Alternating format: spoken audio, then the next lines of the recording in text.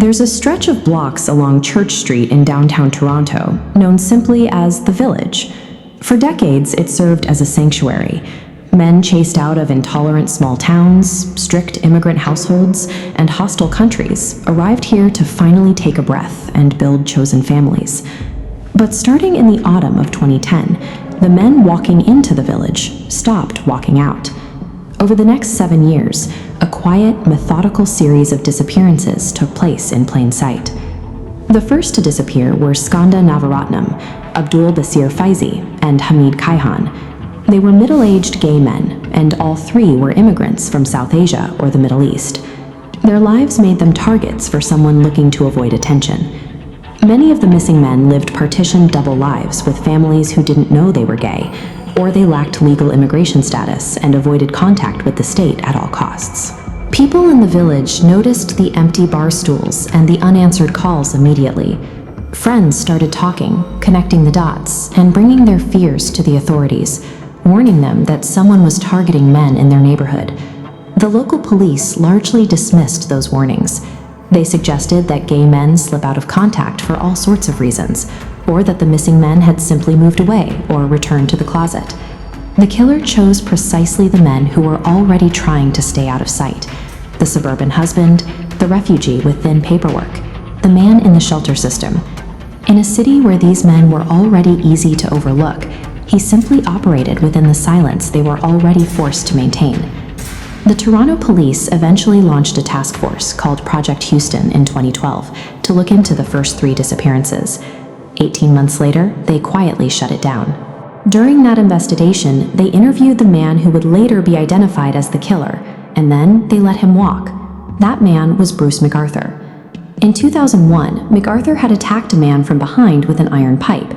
He pleaded guilty to assault with a weapon, but by 2014, his record was administratively wiped through a suspension, making him appear as a man with no criminal history at all in standard background checks. In 2016, a man met McArthur in a Tim Hortons parking lot and was choked inside McArthur's van. He fought free and called 911, but when the police arrived, they believed McArthur's calm, articulate explanation over the survivor's account. No charges were laid.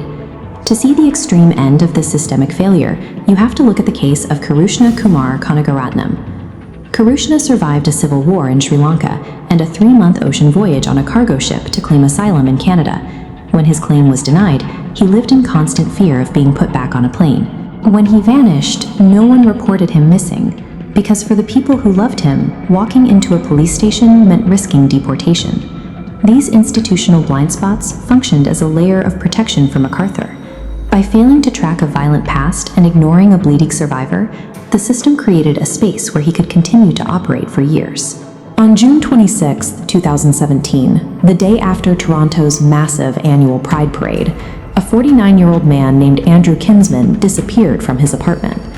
Kinsman was a prominent white LGBTQ activist with a massive, vocal community of chosen family. Unlike the previous victims, his disappearance set off an immediate alarm, with roommates, sisters, and friends who began reporting him missing within hours. The years of investigative silence ended. Within weeks, the Toronto police launched a new task force with a level of visibility and resources the earlier cases never received. The break in the case came from inside Kinsman's apartment. Detectives found a paper wall calendar where Andrew had written a single name on the day he vanished: Bruce. Security footage showed Kinsman climbing into a red Dodge Caravan. Investigators cross-referenced that specific van model against every registered owner named Bruce in a metropolitan area of 6 million people. The search returned 5 matches, and one of them was Bruce McArthur. Surveillance teams eventually watched a young man enter McArthur's apartment. Fearing another attack was imminent, officers rushed the stairs and kicked the front door open. Inside, they found a man tied to the bed, alive, just minutes away from becoming the 9th victim. The speed of this breakthrough demonstrated that the police possessed the capability to identify McArthur all along. The investigation only moved with this level of urgency when the victim had the social visibility to demand it. The investigation eventually led to a quiet property on Mallory Crescent, where McArthur worked as a gardener.